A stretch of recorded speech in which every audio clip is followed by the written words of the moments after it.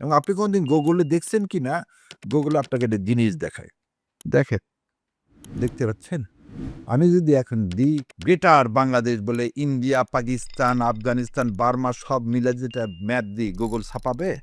না, প্রশ্নই আসে না। এই দেখেন এই ম্যাপে কি দিছে দেখেন। Jordan, Israil, Egypt, Iraq, Syria সব মিলে হচ্ছে গ্রেটার ইসরায়েল। এবং সেটাই দেখেন আপনি দিলেই আসতেছে।